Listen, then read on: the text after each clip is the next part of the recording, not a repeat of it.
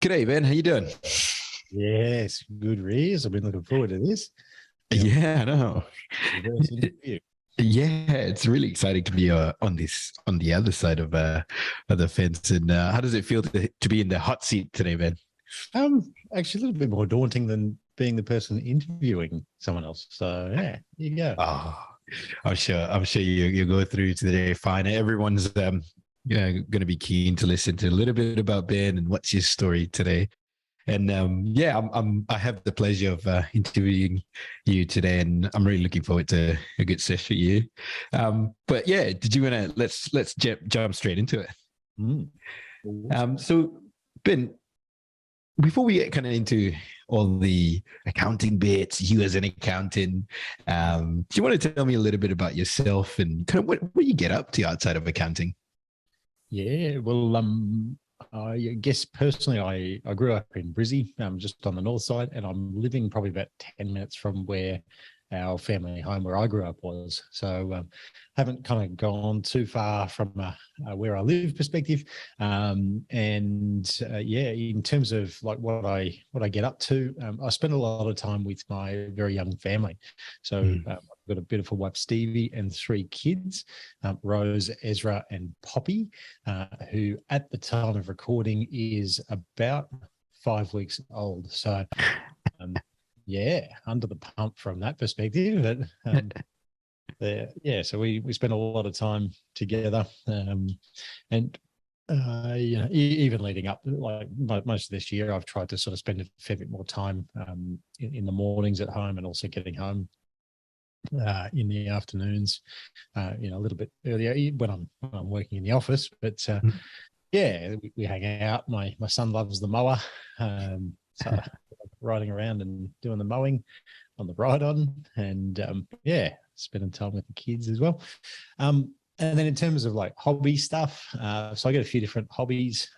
Something that's pretty apart from mowing, but one thing that's pretty regular is I love having a cook on the barbecue. So um, actually, it was at Riz's wedding where day before, where I first discovered awesome smoked meat, and from that point in early 2021, I bought a smoker and Yeah. have fallen in love with um, that process. I'd say I've got into smoking meats as well, and it's interesting. Your the amount of tender, loving care that you spend time on the meat might be not too dissimilar to having kids, right, man? Uh, it's more demanding than the pellet smoker, but Yeah, absolutely. Oh, that's awesome. And it's awesome to hear. You're doing a lot, right? And you have three kids. You have a wife, and you got this family to look after, the lawn, and things like that. And you're I'm sure you're a busy guy as well. But that's kind of a little bit later. A little bit about what we're going to learn about how you got to balance some of this stuff as well, with the firm that you have right now, which is Inspire. But before we get into that, did you mind telling me a little bit more about kind of your background in accounting and how you got into it? How did you get started?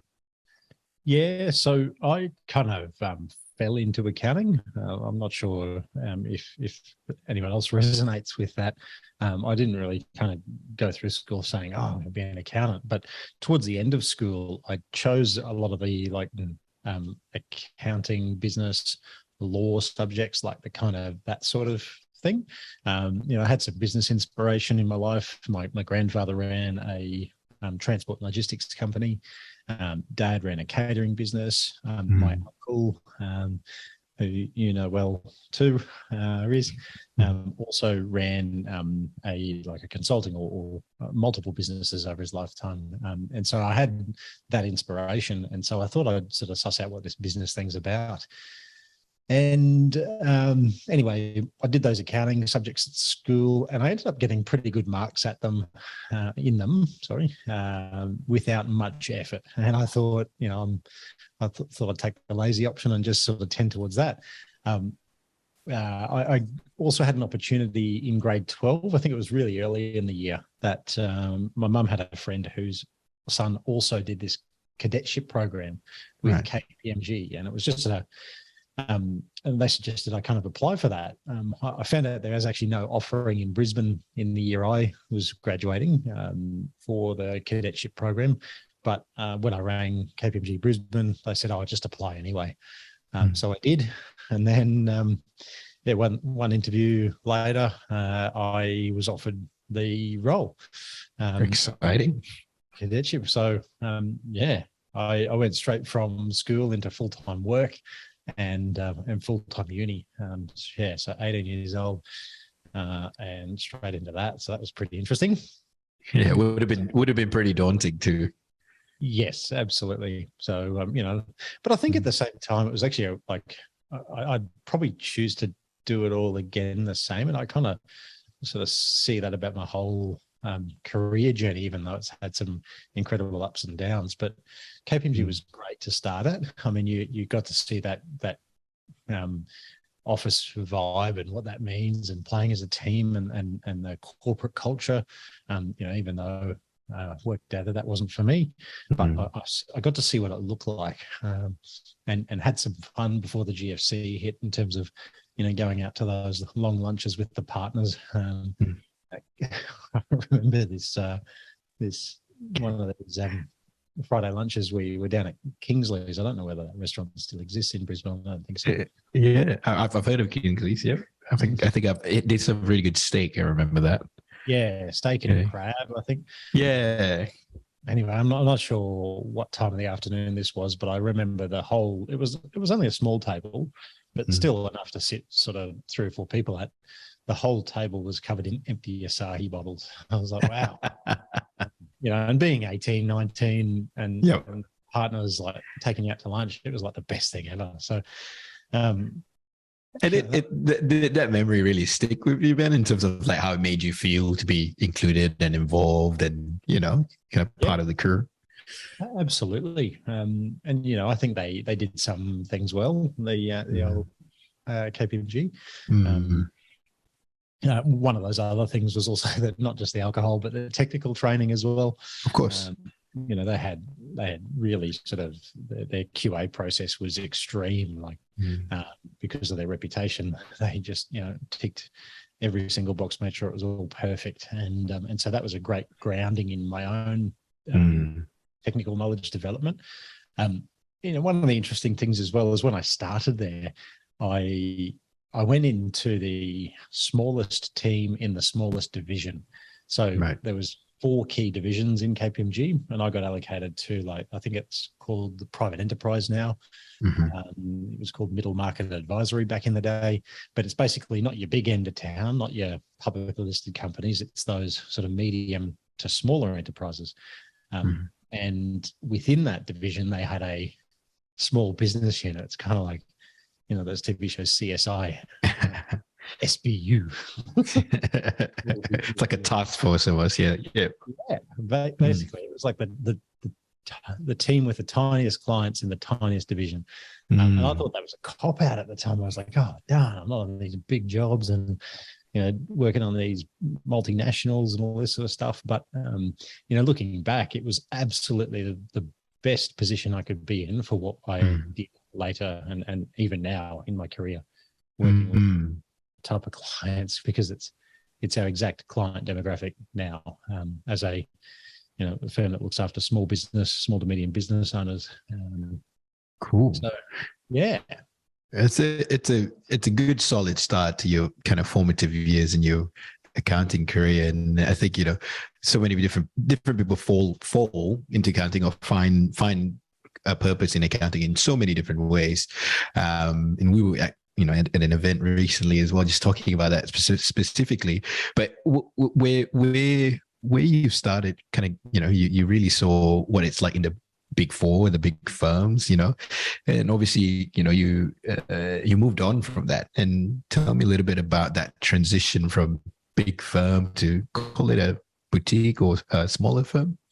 Yeah. So after I was at KPMG for 3.5 years, but for the last year, I kind of just didn't really see myself there long term. Mm. And a few things were involved in that. One of them was around the culture in the place had really declined after the GFC. A lot of the big benefits from being in Big Four started to get taken away. So those long lunches, the cream bickies in the kitchen were replaced with jats. There goes the culture. Yep.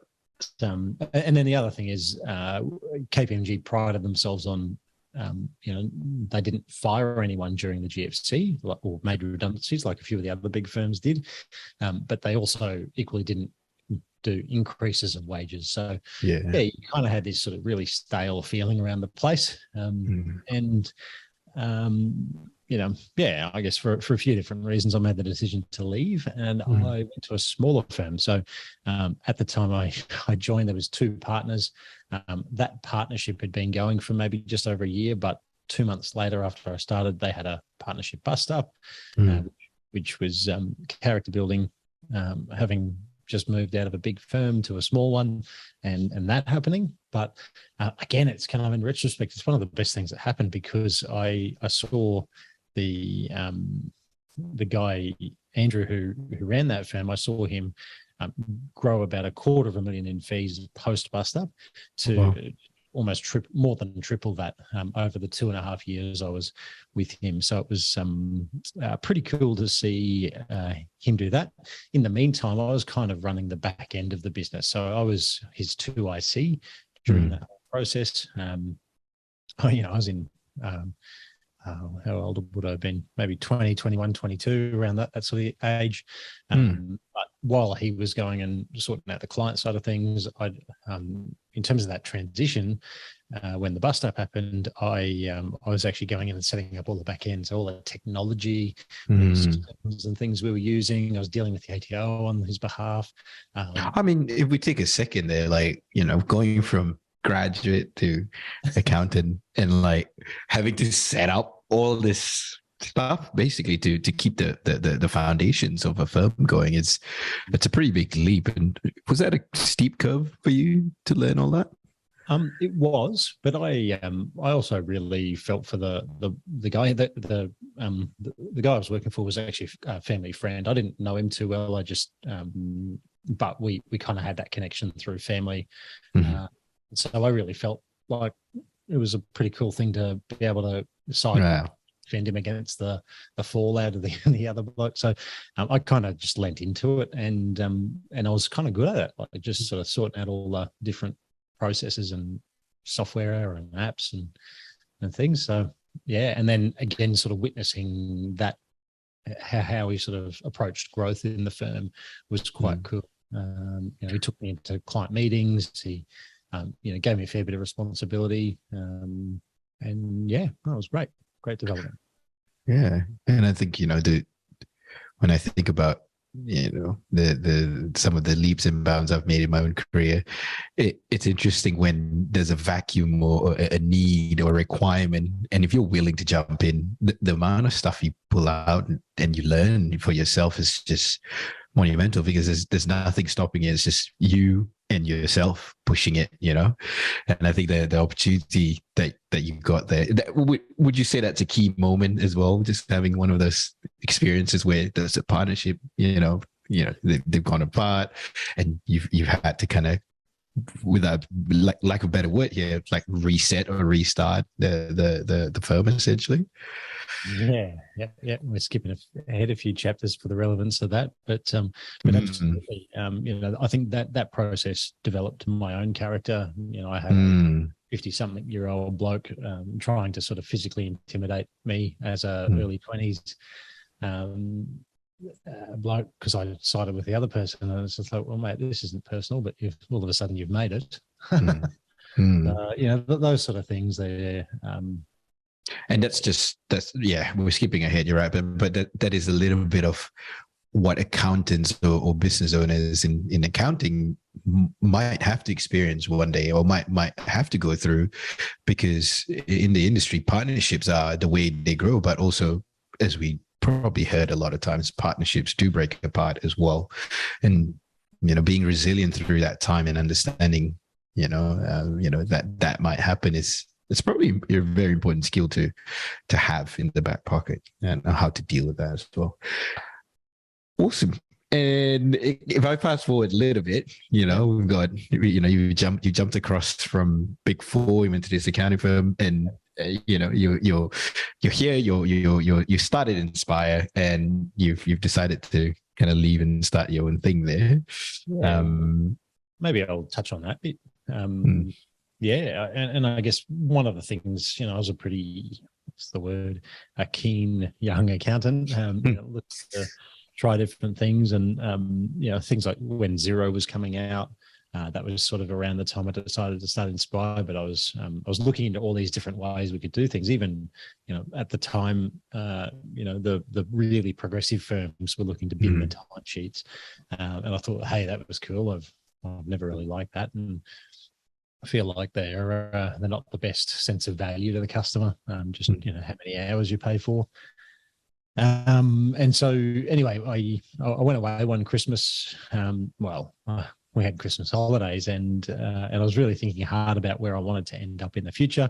I didn't really have a lot of risk. I had, Stevie was my girlfriend at the time, but we had no kids. Pretty young, and I thought, well, why don't I give it a crack if I start my own firm? And I haven't got sort of much to lose, so to speak. So if it does go wrong, I could, hopefully land on my feet and work things out. And I got back on the first day after Christmas break, and I went in and resigned, and thought that I'd start the firm in about 6 months. So I just gave him a lot of heads up on my start date, and get that rolling. But after a few weeks, we both sort of felt like maybe the best thing was to depart a bit earlier than that. And then by the end of January, I was in an office with just me, a printer, a laptop, and I bought 30 grand a year worth of clients from the guy I worked for. So I bought the whip because I'd brought those clients into the firm. I just paid him for the whip at the time. But it was about 30 grand worth of annual recurring fees, sort of compliance fees based on time. And that was kind of where I sort of started in a little serviced office in Ashgrove. Very cool. Very cool grassroots story. And I promise I'm linking this to another question later down the interview here. But at that time, what was the opportunity that you saw that you were capitalizing on? Yeah, really, really good question, actually. And I think it was kind of those, like, what are the progressive firms doing? And I just love to give it a crack. I just think that's how simple and maybe silly it was. Where I didn't want to do timesheets. I wanted to try fixed prices. I think I had that entrepreneurial business ownery urge, and I wanted to give that a go before maybe things were too complicated to that made the risk higher.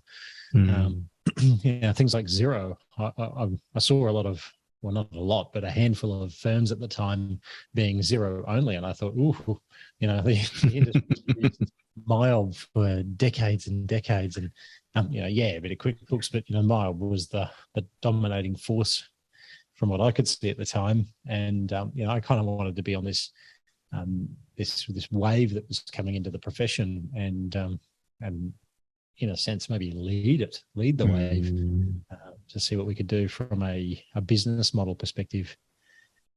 So that's kind of the. Was there a little bit of like, surely there's a better way, surely there's a cooler way, like you went. I hate timesheets. Which is fair enough. And I've experienced the life without timesheets, and it's just a gift that keeps on giving. And I guess we're kind of here now. We've landed in that kind of Inspire era, where Ben, you've taken the leap of faith to capitalize on this idea that you had, or the opportunity that you see in front of you. Do you want to give us a bit of a kind of rundown of like the different stages of Inspire, because you've got this, we're at the start of the journey right now. Take us through some of the different stages, and what were some very distinct challenges that you face, and what was some of the skill sets that you needed to overcome that and grow as well? Yeah, I think it's going to be a pretty big question, but we've got time. But yeah, and just for sort of to frame it, like we've been going for almost 10 years. So it's 10 years Wow. in about 2 or 3 months' time. So yeah, there's a bit of significance to that. But in terms of the stages of growth, I think, yeah, you and I have spoken about this before, where we kind of feel there's like different levels that we've gone through.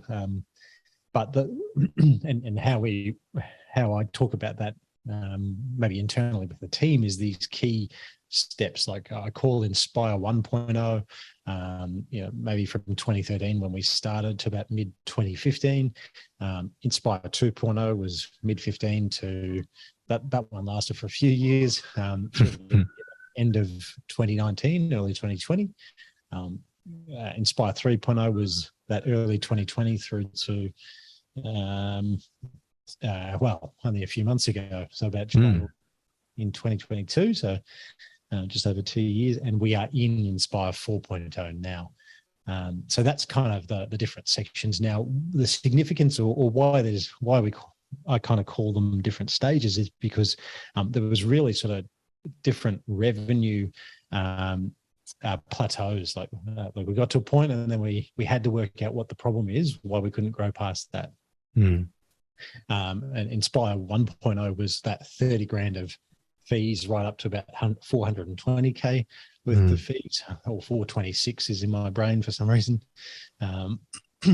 So, and that took me about 2.5 years to build about 420K in fees. And that was on my own with about 1 to 2 other accounts at any one time, plus someone helping with administration.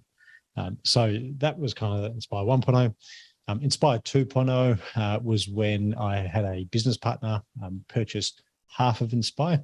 Probably wouldn't have done this in the way I did it at the time, but he bought in half, and we grew that firm from 426K to I think just over 1.5 mil, and that took about I think that was about 4.5 years.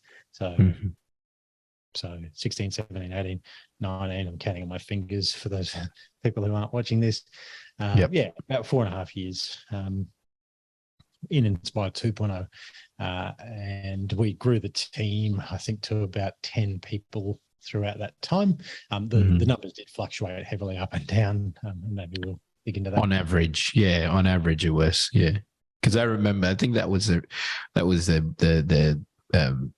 my early years with Inspire started in that 2016 onwards, and I remember the team did fluctuate up and down during that time. Yeah. Yep. There you go. Yes, you've been on the bus most of Inspire 2.0 and onwards. Yeah. And then so then Inspire 3.0, we got, call it 1.5 million fees. We doubled that in just over 2 years. So we just cracked over $3 million in annual revenue, which was I think there was a bit of magic in there with things like what we did during COVID and how we responded to that. And our team also doubled throughout that time as well. So going from, I think we started Inspire 3.0 with 9 people. I remember the Brady bunch we had on Zoom. Yeah, that's right. Lockdowns to now we've got about 18 people in the office now. Extremely I mean, everything is challenging, right? It's, you pick your challenge. But and I remember during that pandemic period, I think it was a lot for a lot of business owners. And if I was to think specifically in the accounting industry, we just didn't know which way it would go. And like a lot of businesses, we just wouldn't know. And I think it really changed when we decided how to respond to the pandemic, how to help our clients in that time. And I think, there's those key moments that we have, and now we're Inspire 4.0. There's other challenges that we're facing as well, but it's interesting to see kind of the stepping stones, like you say, throughout the journey of Inspire. That's it. And Inspire 4.0, like we're a few months into that. But I kind of see we're on the journey to crystallize the 3 diamond teams that we speak about. There might be another stage where we go through that in a bit more detail, but take the firm from $3 million in revenue to $4.5 million. And we've got distinct KPIs that sort of back up why that is the plan and how to get there. So that's kind of the journey we're on at the moment. I feel like we've never been clearer on what the future looks like, which is actually a bit different to what Inspire 1, 2, and maybe even 3.0 at the start. That was a mess. How that like, but yeah, looking forward, I feel like we're pretty organised in at least the vision section of what we're looking to achieve. So, yeah, and what I like about looking backwards like this, it's easy to connect the dots backwards and see, okay, well, we did this and that jumped in that, that led to this door, opened that door, and the idea of and I'd love to kind of dive a little bit deeper on 1, 2, 3, and 4.0, just to really extract what are some of the key learnings, challenges, and skill sets that you need to move forward as well. Because I honestly think, when we look backwards like this, as much as, you can make it a really structured story, it really changes depending on not just your revenue, your team, your clients, but also you yourself personally, Ben. That it would have changed during that time, how you were going as a business owner, your emotional, mental state, everything would have played into the growth of Inspire as well. And I think that's the stuff that, people will be benefit if they can, maybe some people could relate to that as well and go, oh man, I'm not alone. I'm going through the same things in my life, and there's that, if they could learn or maybe just hear some stories about how you overcame some of that stuff, I'm sure that they'd find that super duper valuable. So maybe let's start at that 1.0, Ben, and tell me a little bit about what it looked like, what it tasted like, what it smelled like. Well, actually, what it tasted like was a lot of coffees. There was where we were in the serviced office, there was a cafe down the bottom of the building, and I actually spent a lot of time, working there, or potentially even meeting a lot of clients or prospective clients there. But Inspire 1.0 was really me finding my feet, and that was finding my feet as the owner of an accounting firm, the running of a business, basics. Learning how to hire and manage team, because I hadn't really done that stuff before. Most of it I found okay, but again, learning lessons. The old saying, hire slow, fire fast. We didn't have too much bad luck with team, fortunately, in those first few years.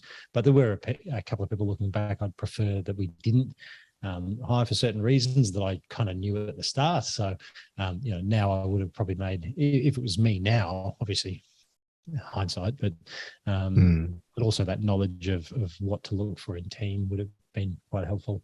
And also like how to build team, because I think a lot of Inspire 1.0 was me just driving things forward, asking a lot of help from a lot of people, but I'm kind of that person who's trying to bring on the clients, deliver the work, review the work.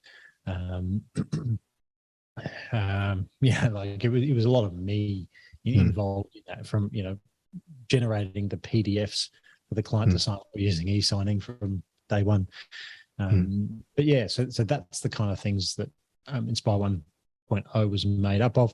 I mean, we grew the client base in terms of revenue from 30K to 426, but and through that, what I was doing was creating these monthly packages. We were really cheap at the time. I was trying to also deal with, I was 23 years old at the time, and I had a little bit of rejection, or this thing about age in my right, or whatever. Like people, I had someone laugh at me, in fact. I was like, what do you know? And It's like that imposter syndrome a little bit that you feel, but maybe not internally, maybe fed externally to you. yeah, both. I mean, the external Yeah. remarks here and there definitely fed it. Hmm. But they got to a point, and maybe that was kind of, towards the end of 1.0, where I think the results started to speak for themselves. And one of the other things is maybe I started to care less about that. You develop that sort of thick skin to rejection, or people making snide comments like that. Yeah, I mean, there's always going to be them. Yeah, and it's part and parcel of kind of finding your, like you said, finding your feet, finding your own style, finding your own way to deliver to your clients. And just before we move to kind of 2.0, tell me a little bit about what was your client call it base like. What were they? Mostly family, friends, or were they, just people coming straight from the streets, or what were they like? Well, yeah, and maybe kind of some of the lessons I learned from 1.0 was, I think the first dozen clients are key. That kind of really stuck with me, and I mean like first 12 ideal clients. Once I got to that number, I kind of felt like the business started to grow faster organically, because those 12 initial clients started to refer their family and friends, and started to build from that. Right. But initially I grew my client base through my own network, and I didn't really have a big network, especially professional network. So it was just family and friends at the start who came on board and supported me starting my business. And maybe after about 6 months, the growth was awesome. And we did our first 30K month. I remember that in my brain. And that was maybe sort of July, 4 or 5 months after starting. Nice. And I was like, wow, we've 10x this thing in the first, oh dear, the first few months. But the thing I didn't realize is that growth actually just tapered off straight after that. And that was the initial hit of people in my network switching over and using me, and that initial catch-up work, but not necessarily recurring annual fees, if that makes sense. So that was a real eye-opener. Yeah, and you started going. You got your first sugar hit, so to speak, and you went, "Wow, this is awesome! This is great!" And then, I think that's where some of this leaps from 1.0 to 2.0 is you have to face a certain type of wall first, right, before you jump, because you'll hit that wall and you go, "Well, that's the only way to progress to the next stage." So, what was that wall that you faced before 2.0, and you were like, I need to overcome this, and then I got to 2.0. Yeah, well, I think maybe the year of 2014 is a bit blurry, but one of that lesson from my network extinguishing its resources to what I needed to switch gears into was actually learning a whole lot about digital marketing. So this is a lesson I kind of learned in 1.0, where to continue growing, we needed to invest in marketing, which I'd done a subject at uni called marketing, but it was practically in the real world, it was pretty crap. But I still remember him and his influence on me now. But I met a guy called Michael Carter, who runs Practice Paradox, and he helped me almost like a introductory 101 on marketing, digital marketing, and the context he does is he trains accountants on this stuff. So, and I should pause there for a second. The word digital marketing is such a buzzword that everyone uses these days, but we're talking about 2014 here.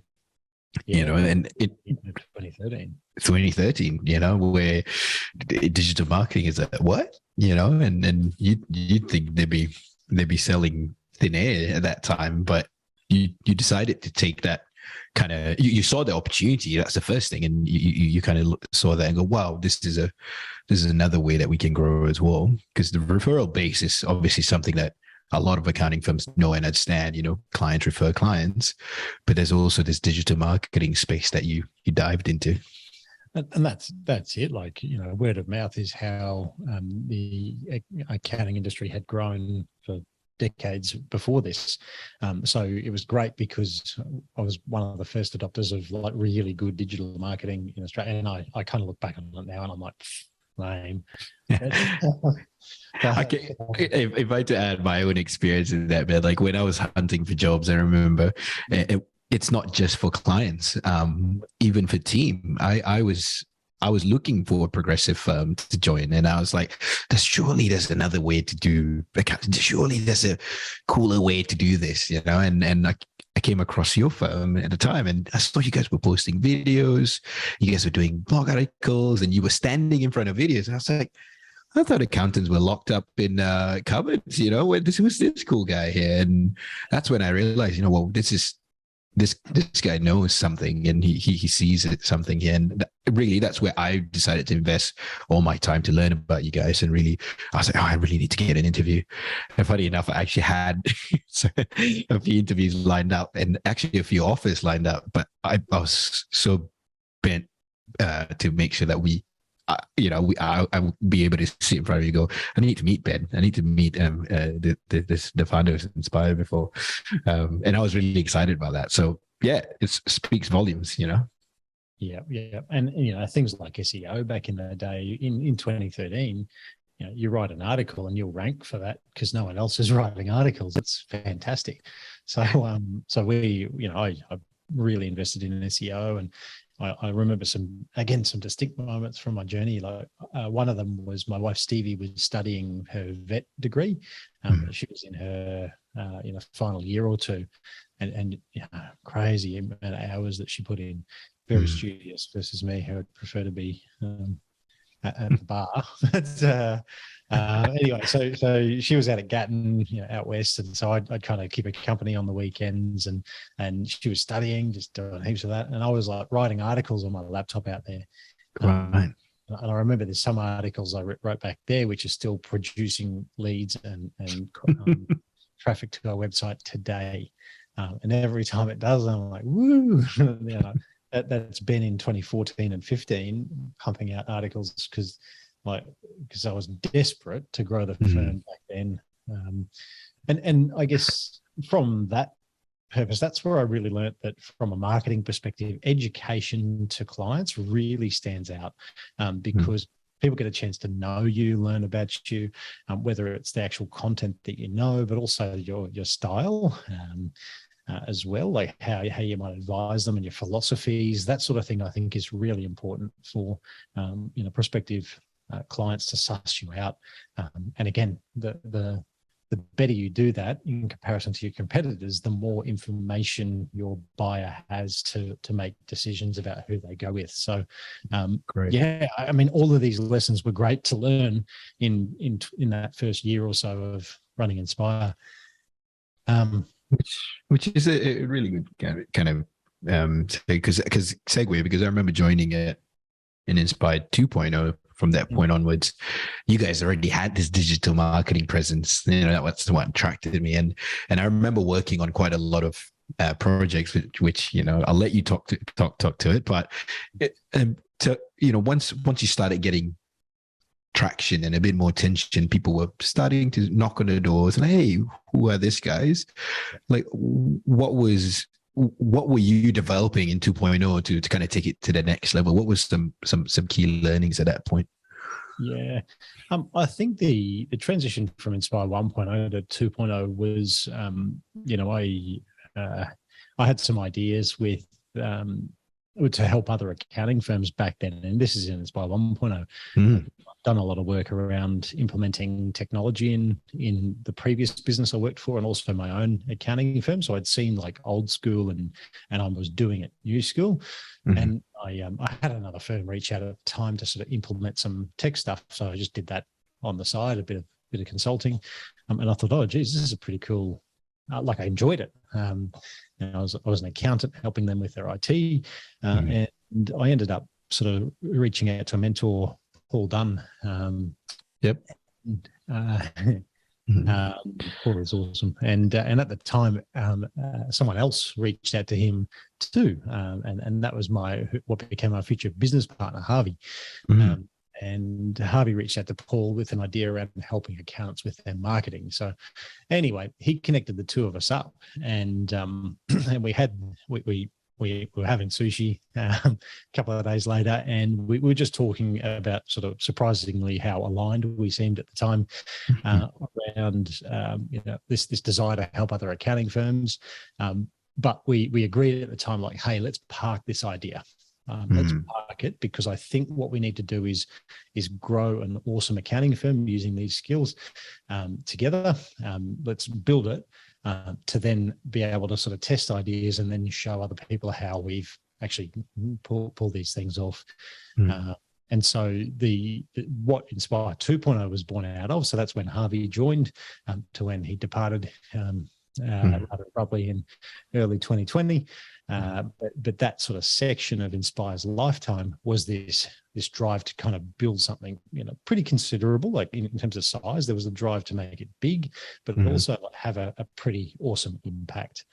And where I was at, 426K in revenue, we needed to grow rapidly to be able to support, like, let's call it a business partner, but also these dreams and goals to then be able to help accountants down the track. And weird how it all works out. But so in a way, and I'll kind of loop this back later when we talk about it, but the idea of high performance accountants didn't start in the last year or so. It was something that was sort of inside me back in Inspire 1.0 days. Well, I would take it even further. I think I would take it back to when you were in that suburban firm right after KPMG. You've always had this idea of like, how do we make things better, and how can we help people? And you shared that at the start of our conversation today. It's a mate that you were trying to help out at the end of the day, and through using your own skills, I can see that, and I've had that pleasure working with you in the last few years of seeing you using really good ideas or things, or even sharing experiences, and how can I share that with the wider world, my community, my people, the industry I'm in, to help make it better. And I think you're just living your true kind of core purpose or reason here. And you see it. The reason I believe, this is my opinion, is I believe if it surfaces up a few times in your life, it's really just knocking at your door going, hey, this is something you love doing. This is something you're passionate about, and the fact that you're acting on it is kind of just the difference of turning something that you're thinking about to something that is real, and the fact that it's coming back now, that I'm honestly not surprised. I'm like, oh, that makes sense. That's who you are. And it's really cool to see 2.0 being something that you were looking inwards first. That's also what I think is cool about it, is instead of slapping together, some collateral and just beautiful fonts and stuff and pictures and, hey, come and talk to us like a self-help guru, which, nothing on them, but you're actually really just taking real life experience. Let's test it on us first. And I see that ethos through Inspire when we deal with our clients as well. Like we always tell our clients, we won't recommend anything to you. If I wouldn't recommend to my own mom. Like it's we got to believe in it innately first before we can then say, hey, this works. This is something, based on our experience, this does work.